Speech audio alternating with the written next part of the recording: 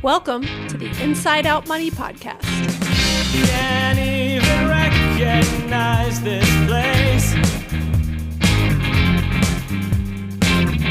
Too many pieces of our past mistakes. Hi, I'm Maggie, and I believe real change starts from the inside out. So let's work together to improve our money and our lives from the inside out. We will explore all things money and our relationship with it. Join me each week with a rotating set of co-hosts, friends, and interviews. Let's jump in. This time, we going round and round and round and round and round. Hey, Erica. Hi, Maggie. It's good to see you. It's nice to see you too. Yeah? What color do you have on your mouth braces? Purple. Like I tell them every time, I'm like, yeah, no, I'm really liking purple. Can we just put purple? Every time I'm like, what color you want this time? And I'm like, still digging the purple. Same purple or different shades? Sometimes I swing between like a fuchsia and like a deeper purple, because I really want to get, some variety. But listen, I think in 2025, these puppies might be off by then. We're talking about my braces, by the way. This is not helpful for a podcast. In case you're wondering where you're at, this is not a podcast about braces. Welcome to the Inside Out Money Podcast. This is actually a personal finance podcast focused on redefining wealth from the inside out. Every week I speak with a rotating set of co-hosts. It makes it sound like you guys are spinning, like a doll in a window or something.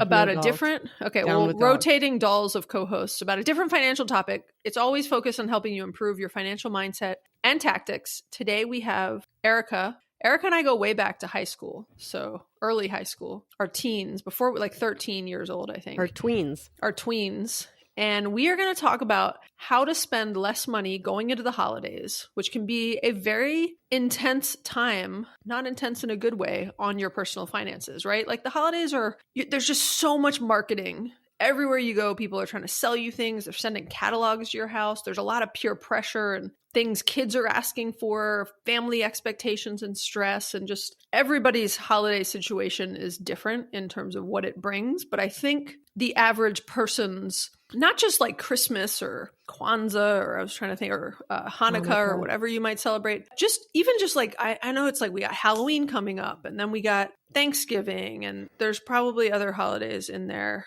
that I can't even think of, but there's just like a lot coming up towards the end of the year. And it can put a lot of pressure on people's finances and expectations of their time and money. And so we're going to give you some thoughtful and tactical ways to think about spending less and maybe just doing things a little bit differently going into the holidays. Yeah, I would say one thing that maybe it's always been like this and now I'm just more aware, but maybe it's changed. But I think that starting with about Halloween through the winter holidays, like Christmas, whatever a person might celebrate, through New Year's, let's say, they're all just smashed together these days. Mm-hmm.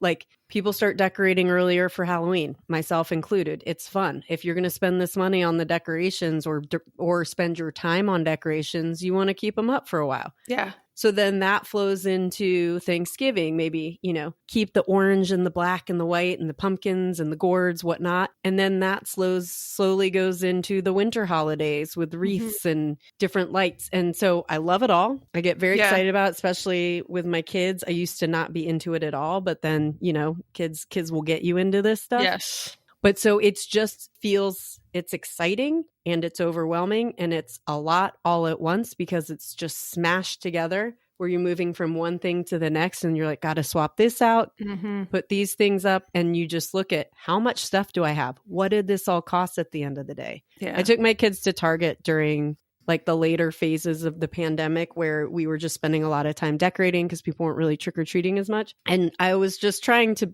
make things fun. It was a hard time for everybody. Like, yeah, put that in the cart. Put this like giant 6-foot skeleton in the cart. Yeah. Why not? And my son at the time was like 6 or 7 and he tapped me on the back and was like, Mommy, it's going to be okay, but this is going to be a lot of money. And I was like, thank you for your emotional support here, but you're right. Yeah, I like that. I like that he knew something was wrong.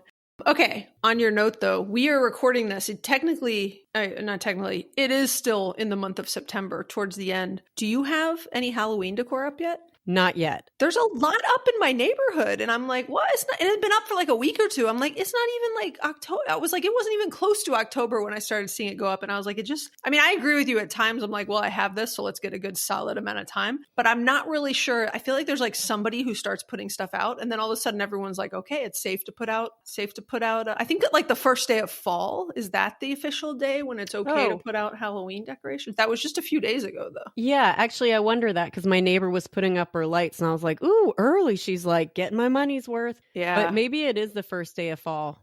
Okay, my last question. Do you own a sign that says happy fall, y'all? God, no. I don't. Do but look, you? I don't, but when did you say God no? I was going to say no judgment if you do. I was going to say that until you just said God no. Okay, well, yeah, also no judgment. It's just not my style. Yeah, it's not my style either, but no judgment. I have gotten into decor since I've had kids, though, because my kids really like, there's some peer pressure on like, they want some like outdoor decor for Halloween and Christmas. Okay, big difference here, though. Outdoor decor. Here's a question. Do you have seasonal throw pillows? I don't have seasonal. Well, that's not true. This past, and we'll talk about this more specifically, but yes, this past year, for the first time, no, 2 years ago, for the first time ever, I purchased one Christmas throw pillow. It's in my closet with my Christmas supplies. It comes out for Christmas. That's it. I don't own any other seasonal throw pillows. Do you? I don't think you do. I only do because I inherited them through my mother passing. So it was okay. Like, well, I can't make fun of that. So yes, your you mother can't. was That's lovely. why I yeah. brought Thanks that for up saying that because first. This is a safe space. Yeah. We'll do a throw pillow exchange of photos because ours are really silly, and I'm curious what yours. I can't wait to see what your mom's pillows look like. Okay, well, let's get into our recommendations, and then we're going to cover pillows throughout some of our recommendations. So, one of our first categories of suggestions is around DIYing things. So this is do it yourself. So there are opportunities to DIY outdoor and indoor decorations. Your kids can help. You could DIY Halloween costumes. Erica, I know you do you guys swap Halloween costumes with people sometimes? Yeah, back in the day when the kids were littler and you would buy costumes and your kid grows out of it in a year. Actually, I think you handed me down. Oh, I did give you a bee costume, probably. Yeah, the bee costume, and I gave that on to someone else. It's the gift that keeps on giving because they wear them for about 4 hours before they inevitably throw a fit and want to take it off. Yep. So especially for the littler kiddos, easy to do. Bigger kiddos, a little different. Like they're very specific on a Spider-Man costume that's like from Target, came out of a plastic bag, and you're like, okay, well, this is now part of your dress up clothes. But you can buy all that stuff used too. I mean, on our Facebook neighborhood parent exchange, especially around this time of year, it's a great time to sell old Halloween costumes and to buy used Halloween costumes and to even put out like a, hey, do you have, or do it on a buy nothing group too. Cause there's a lot of parents, I mean, myself included, that like I got a bin of we've gotten rid of a lot of our Halloween costumes over the years through selling or giving them away. But we also still keep a decent amount on hand. And if somebody asked me for a specific one, I might be like, yeah, I'm willing to let this one go. So anyways, there's ways to DIY things, buy them used, etc. Okay, so while we're on the topic of costumes, which is aligned with Halloween, I've had this thought. I'm curious to hear yours. So like your kids collect so much candy each year. All kids do mostly. And I don't know if you do Switch Witch or something like that, but we do like you can have a little bit or eat as much as you want in one night and the rest is going away. I don't really love throwing it away. I've kind of toyed with the idea of like just saving it for next year so that I don't have to buy candy. I'm reusing what I have. I recognize this is year-old, possibly more candy, but candy that someone else's parents might do the same thing and throw out. What are your thoughts on this? Okay. You know, I am in the I will eat a lot of things that are like past their date, etc. And so a couple of things. I don't know. That's a tough question. I would not do that and then hand out the candy. I will, and now I say if you were going to do that, I would freeze the candy and then let it thaw before you give it out. But I think that's questionable and probably not a good idea. You don't want to become known as like the person in the neighborhood who passes out like expired funky candy. But who's gonna know? I don't, well, that's why I say you do you. Well, also, I mean, I'll caveat this, like we get very few trick-or-treaters on our street. And because we're out with our kids, we put a bowl. So it's like, take whatever you want. I don't want to see anything when we come back. And it's usually all there. I have had situations where on the night of Halloween, I usually don't buy a lot of candy, mainly because there's just like, we have a lot of trick-or-treaters in our neighborhood, but we don't seem to get like a lot at our house. Like there's just such a big neighborhood and they're kind of everywhere. And so I have had years where like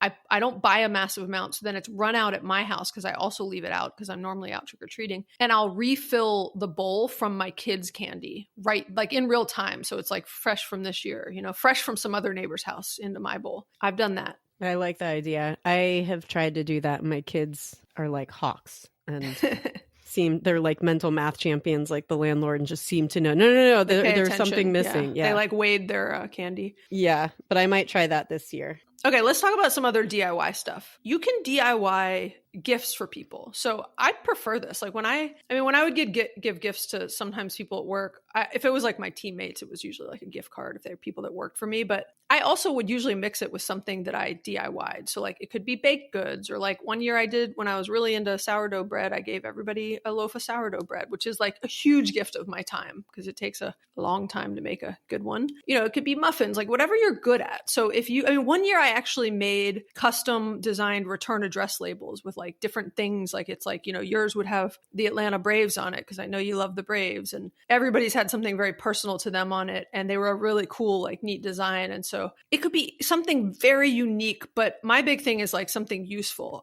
Whether it's DIY or something bought, I like hate gifts that are just sort of like crap, like to me, I'm like, give people something interesting and useful and clever and creative, especially if you can make it yourself, like a bath salt. It could be anything, but like in a fun, cool jar that you sort of personalized. And anyways, I just think there's a lot you can do to DIY things that can not just save money, but like be a much more interesting gift to somebody. Yeah, I think that's a really nice thing to give, especially, the idea of like return address labels, that's amazing. Like that's very thoughtful, something that people can use. I think when you DIY something for someone, especially if you're gifting another adult, like the thing that adults lack is time. So if you spent your time creating a gift for someone, you clearly did that with that person in mind. And that shows usually in the gift. And I think to your point, like if you want to give someone something and it really maybe doesn't have meaning or feel like it's coming from the heart, then maybe save the gift for something else. Like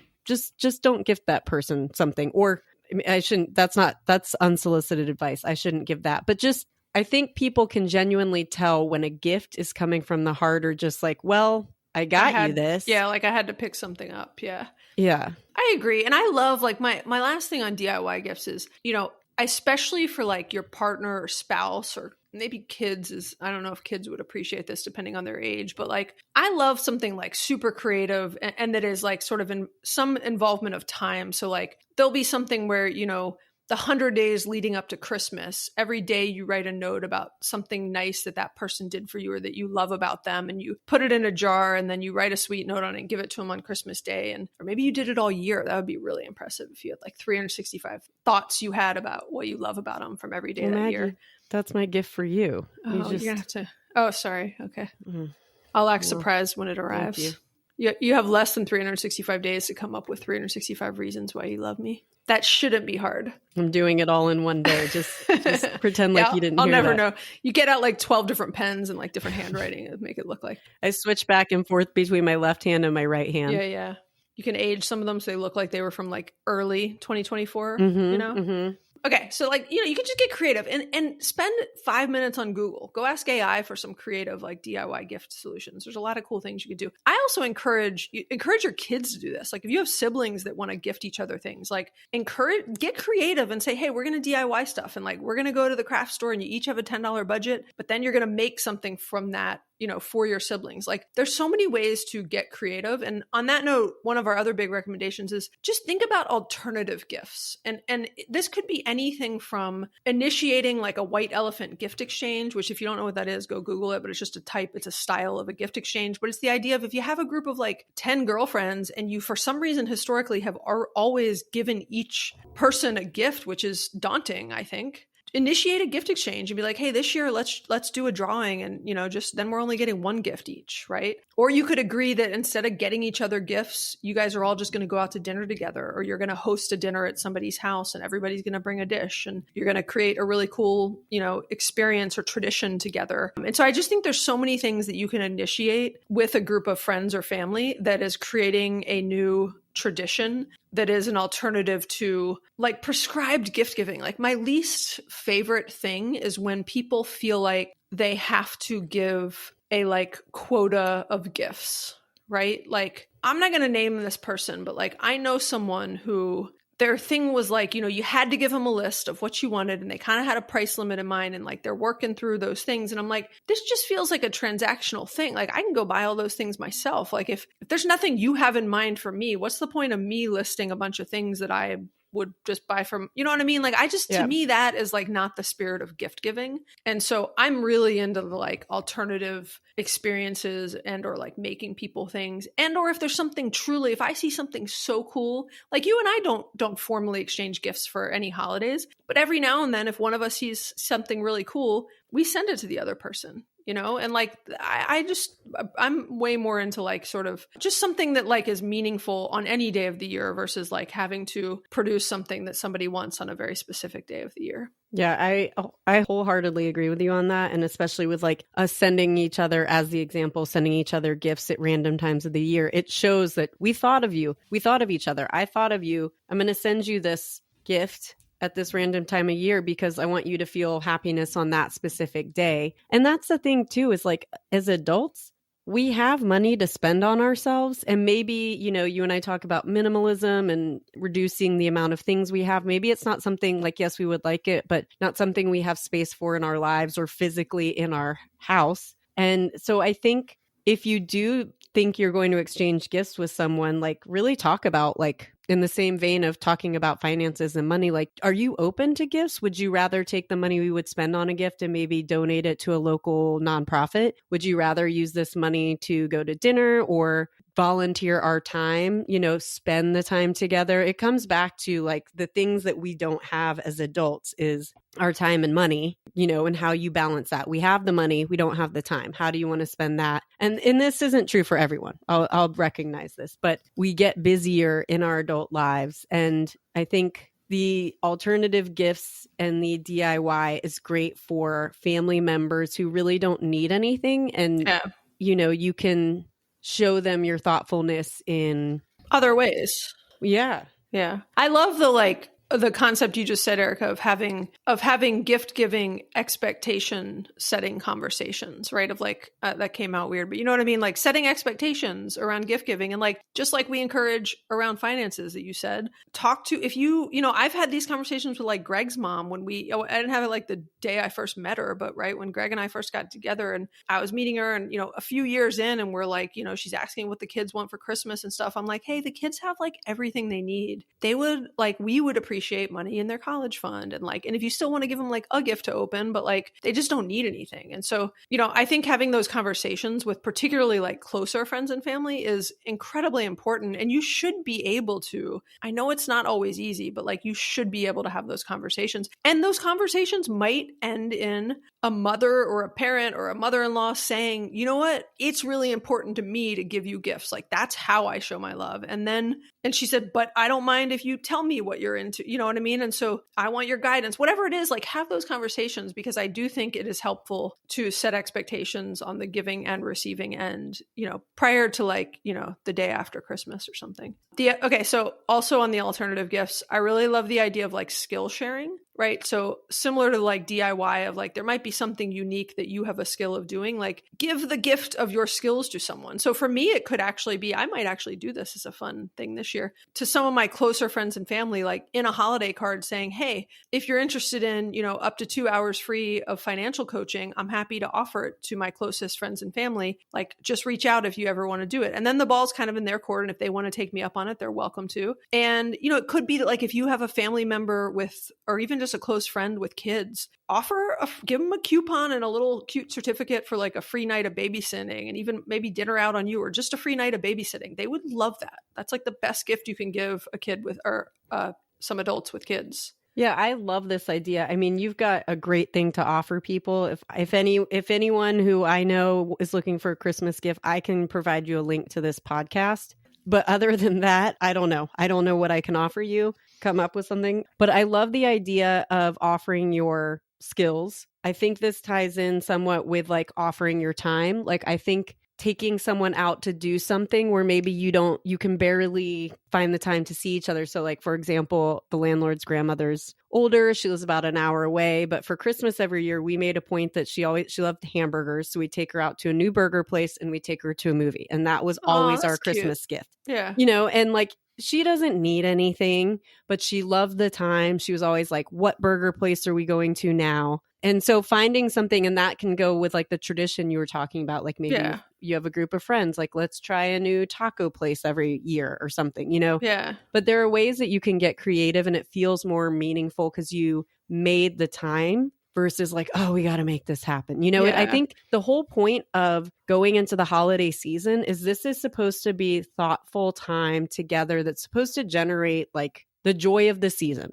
as cheesy, as cliche as that sounds. And so a lot of the stuff that gets thrust upon us actually takes that away. It's the antithesis of what the whole season is about. Yeah, it's become this whole gift giving thing. And it's like somehow that became the tradition. So I love the idea of like take back the holidays and make your own traditions. And like I love that idea of like going out to burgers and a movie, right? Like that is a way cooler tradition than everybody sitting around the tree and having spent hundreds of dollars on each other to, buy gifts. And I'm not knocking it. Like if that's what makes Christmas special to you, like go for it. And if you can afford it, like that's great.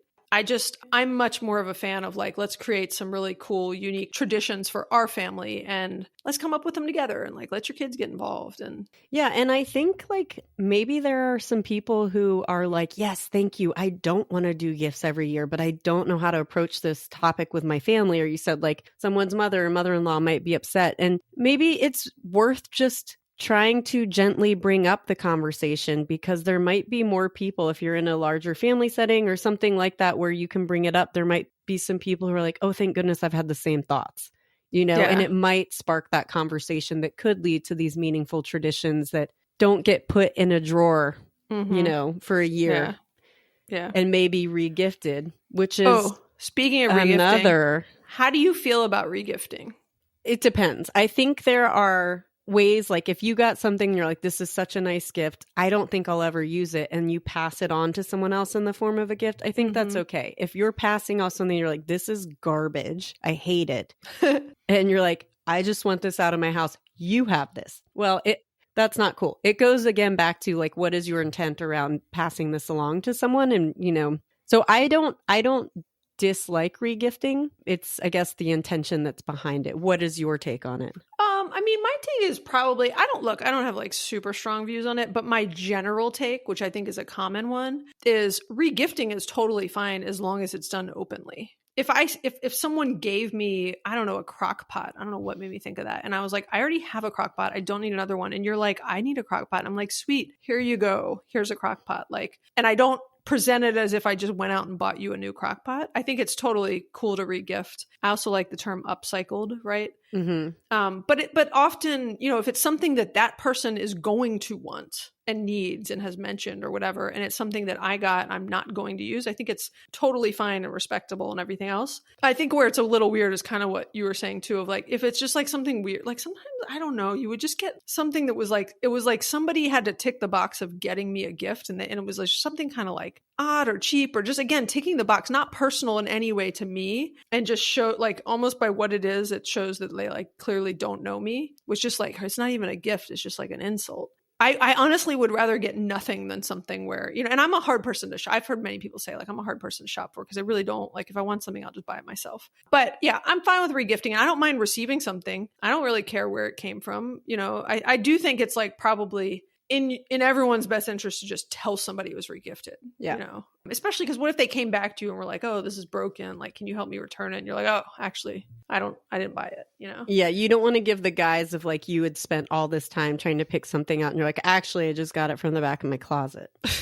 Yes. Okay. So I think another big category for how to try to spend less this holidays is to really set some guardrails or a budget. That's with yourself, with you and your partner or spouse, maybe even with your kids, depending on what their age is. Like my big belief, especially for like holidays and stuff, all the things we're talking about, like Halloween costumes and Christmas gifts and Hanukkah gifts, whatever it might be, even like what you serve at Thanksgiving dinner and how much money you're spending to host and all this and decor and all this stuff is like, don't spend money on things you can't truly afford, and try to be real, like honest with yourself about what you can afford. Don't put things on credit cards, right? Like there are some reasonable things to go into debt for in this world. Buying a home, you really need a reliable car to get to work and you don't have the money saved up yet. If you have a true emergency and you don't have money in an emergency fund yet to cover it, like, you know, those are things that it's okay to put on a credit card or to go into debt for. Buying a bunch of gifts for the holidays, to me, is never something to go into debt over.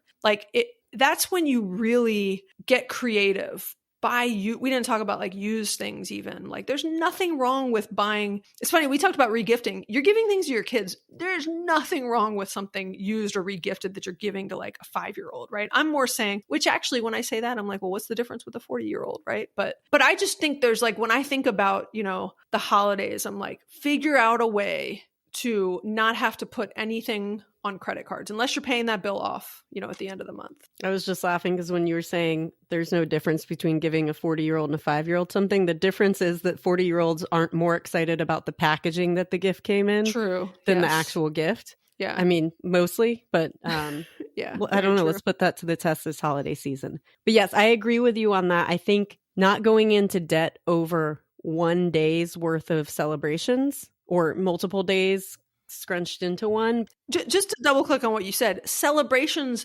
that are meant to be about spending time with your friends and family, not gift giving. It's become a massive gift giving holiday. And that is, you know, the modern society that we've evolved into and live in. But that's not how it originated and what it should be. And so that's the caveat we all have to remind ourselves is like, there's all these expectations that we put on ourselves in the world, but like, that's not what it should be. So if you don't have the money, especially like recheck how you're even thinking about the expectations you put on the world. And I get like you want your kids to feel like they had a good holiday, right? Like, and there are ways to do that without going crazy on what you're spending, which is why I say like set some guardrails within what you can afford and set a budget and stick to that budget. And sorry to have interrupted. I just feel so passionate about like what this holiday has become versus what it should be. Yeah, I agree. And this is a good reminder for us as we go into the holidays, because the landlord and I will be like, no, we're only going to do this. Like, we feel like this is enough. And then you kind of get carried away. Like, we've tried to avoid shopping online. We think there's something lost in that. Like, I'm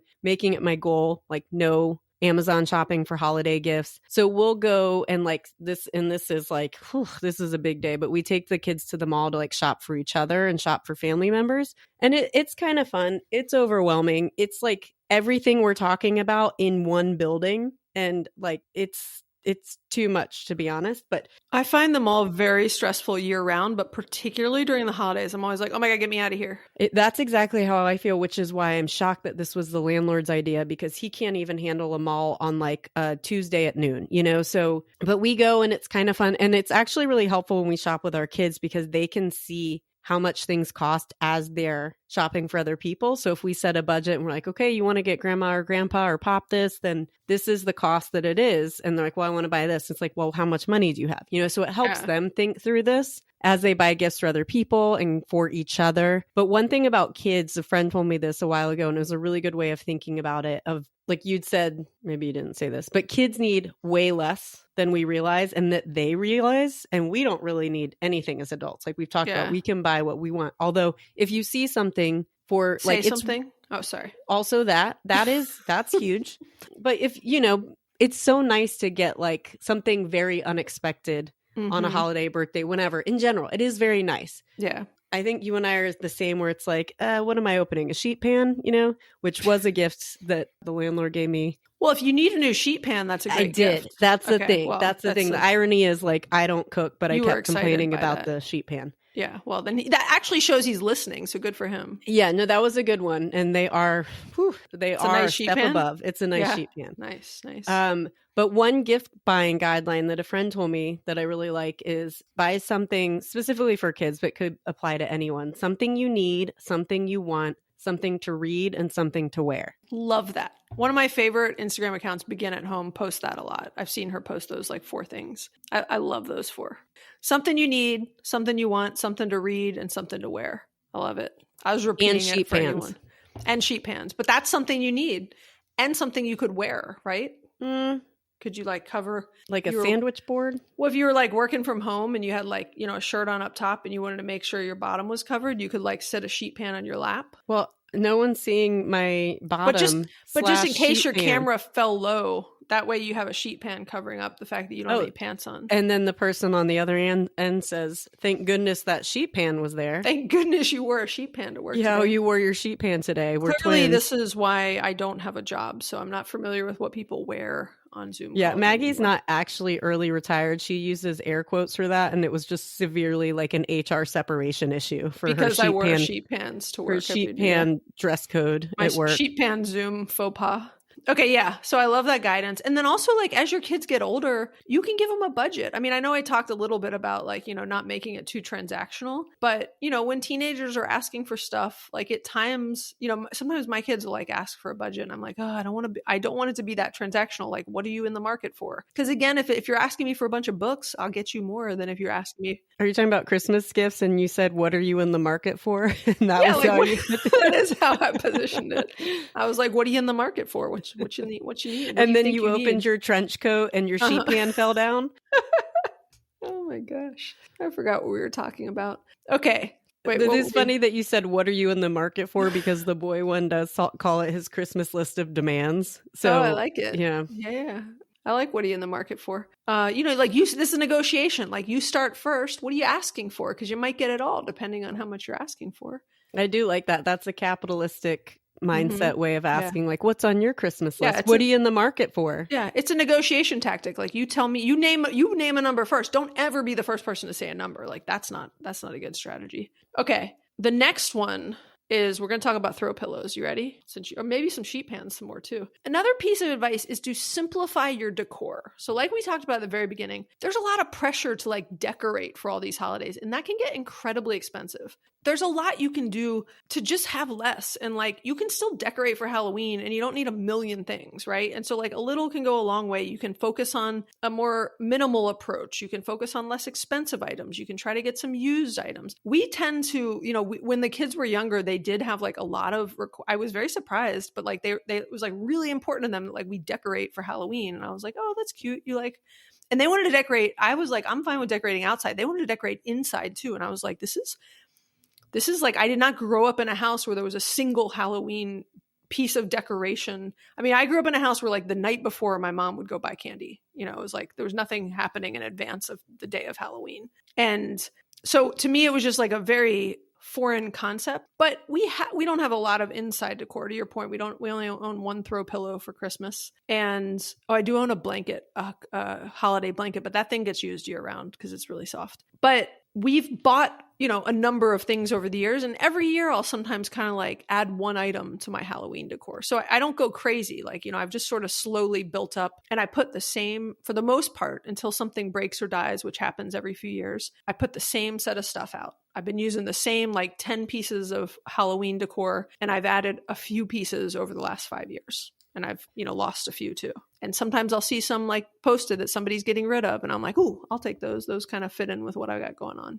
Yeah, we're similar. I also didn't have any Halloween decorations growing up and was not into them until around COVID, where my kids were just stuck inside. And I was like, let's make this a little fun. And so started decorating more inside than outside, just because our house is a little more accommodating for that. And so we've been using the same ones, and we have kind of expanded to the outside now, but it's really just using the same things, maybe getting a little creative with how we mix and match them. Internally for Christmas, it's mostly the same decorations, although it can add, these decorations can add to the clutter. So I have to be mindful of like, is this feeling overwhelming and like I'm being enclosed in on?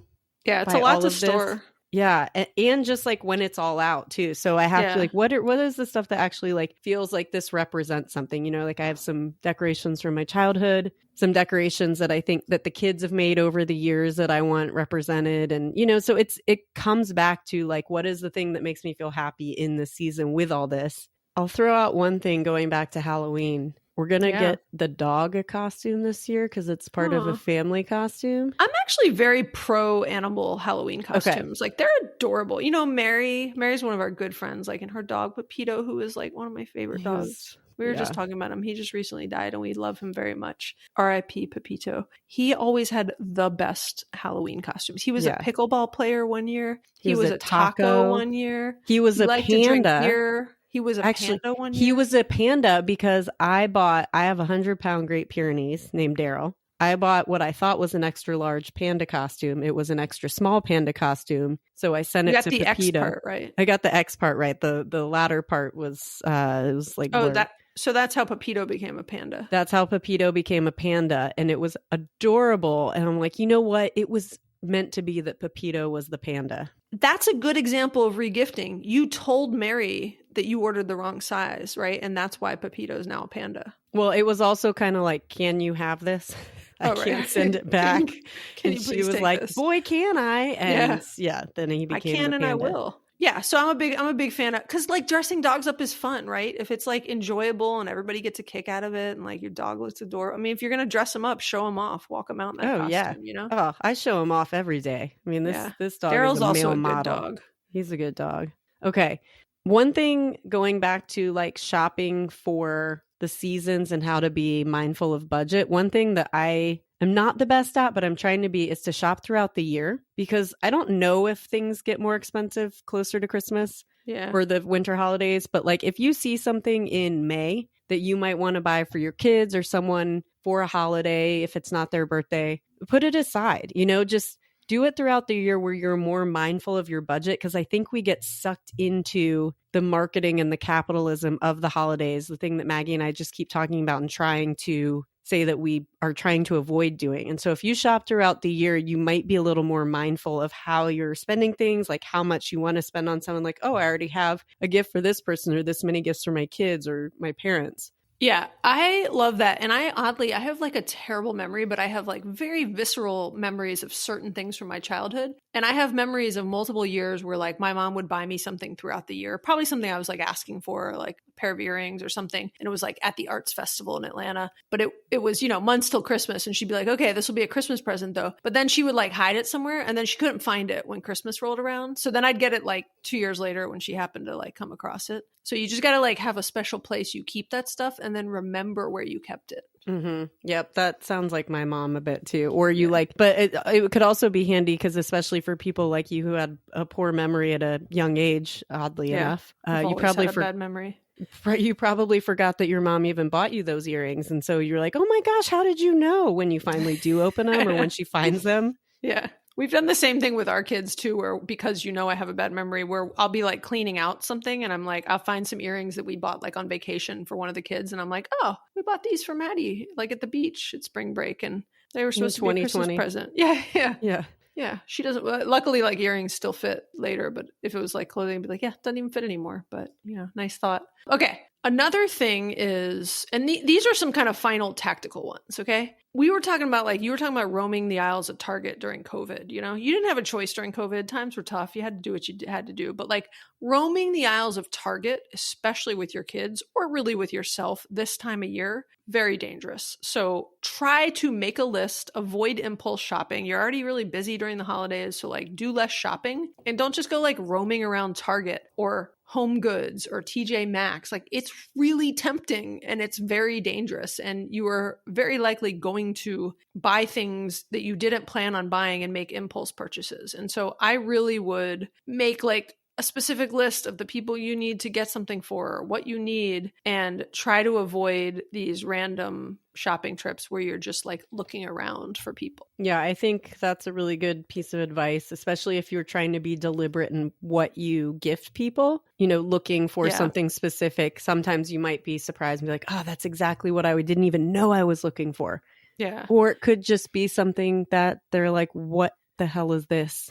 And to Erica's point of like shopping throughout the year, you can also keep a list throughout the year. So like, landlord, when you mentioned that you wanted a new sheet pan, if that was in February, he'd be smart to like write that down, because I would forget that between February and when Christmas or your birthday or whatever rolls around. And so it's nice to like, when you hear somebody randomly mention something, like write it down, because many people would forget that. And so it's helpful to just have it in a list. Yeah. Okay. Our last tip, which is one that I would say is a year-round one, is when you do go to buy something, just take a moment and like look and see if there's a cashback rebate from a site like Rakuten, which it used to be called Ebates a long time ago, but like an affiliate site like Rakuten, where they offer cashback if you link through them and set up an account. There's no hooks to it. It's really easy to do. There's a lot of like different discounts and stuff through your credit card, through credit card rewards. There's a lot of deals, but just make sure you're like looking for coupons and any sort of like rewards that you can use to spend less and get some better deals. There's the Honey app, which you can like download on your browser, and will kind of show you if there's coupons. I don't know if you do this, but like anytime I'm buying something online, Erica, I always go and search for coupon codes. Mm-hmm. A lot of the individual websites will have a pop-up that comes up right when especially if you're like a first-time visitor to the website. And if you're not, like go open an incognito browser window in Safari, or what's called incognito in Google Chrome, but you can open like a private browser window that's not tracked through Safari, and it will basically kind of like clear your cache essentially. It makes you look like a new visitor, or clear your cookies, and you'll look like a new visitor. Your cookies. And your cookies, sheet pan cookies. Your cookies. It all ties back to sheet pans. And so when you whisper your cookies, I lose my train of thought, Erica. That was my goal. Continue. Anyways, cookies, you cash. you stop it.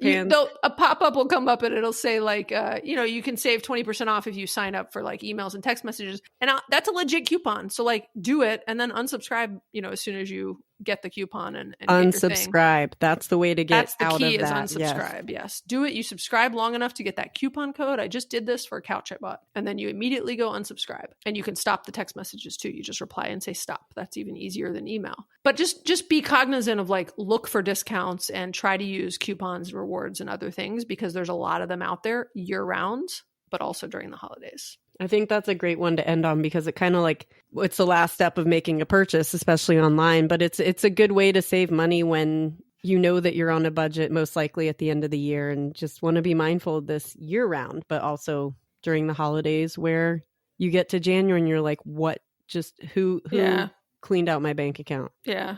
And the last thing I would say, and I kind of like alluded to this in the, I don't know, somewhere in this episode, who knows, somewhere before or after the sheet pan discussion, but I know the holidays can be a very tough time for many people because, some people don't have a great relationship with their family. They have estranged family members. Some people don't have any family, right? Some people lost somebody very dear to them recently and that person's not around, and it makes the holidays a tougher time of year.